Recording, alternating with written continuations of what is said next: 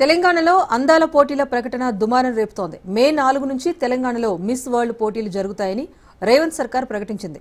దీంతో మహిళల అశ్లీల నృత్యాలు చూపే కార్యక్రమం, సంస్కృతి సాంప్రదాయాలకు నెలవైన తెలంగాణలో ఎందుకు అంటూ విమర్శలు వెల్లువెత్తున్నాయి.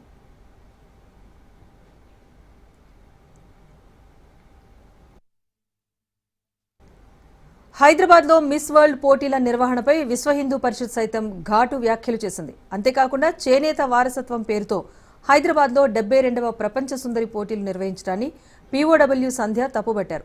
చేనేత వస్త్రాలను ప్రోత్సహిస్తామని చెబుతూ తెలంగాణ మహిళల ఆత్మగౌరవాన్ని కించపరిచే కుట్ర జరుగుతోందని విమర్శించారు.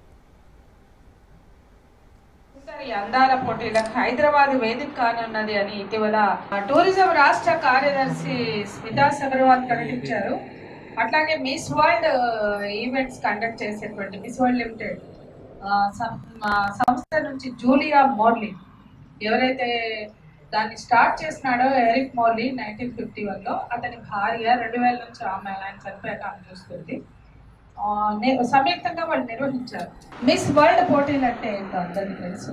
ప్రపంచంలో సౌందర్య ఉత్పత్తులు అమ్ముకోవడానికి $1 మిలియన్ ఉత్పత్తులు అమ్ముకోవడానికి మార్కెట్ విస్తరణ ఎక్కడ అవసరమో అందం అక్కడ పేర్కొంది. గత సంవత్సరం 2024లో 71వ పోటీలు కూడా ఇండియాలో జరిగినాయి. అది ముంబైలో జరిగింది. 71వ పోటీలు ముంబైలో జరిపి ఒక సంవత్సరం తిరగకుండా మళ్ళీ 72వ పోటీని హైదరాబాద్ వేదిక చేయడం అంటే ఇవాళ ఇండియా మార్కెట్ వాళ్ళకి కావాలి. స్త్రీల శరీరాలను ఎవరో నిర్ణయించిన కొలతల్లో కుదించి ఆ ఫ్రేమ్స్ లోకి తీసుకురావడం అనేది ఏదైతే ఉందో అది ఏ దేశ మహిళల శారీరక కొలతలు కూడా ఒకేలాగా ఉండవు.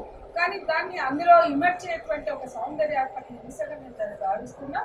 స్త్రీల జీవితాలను శాసిస్తున్నటువంటి మార్కెట్ మాయాజాలంలో భాగమే అందాల కిరీటాలు అని స్పష్టంగా చెప్తూ మహిళలు అవమానపరిచే, కించపరిచే అందాల పోటీలు జరగడానికి వీల్లేదు, ఖచ్చితంగా వెనక్కి తీసుకోవాలనేది తెలంగాణ.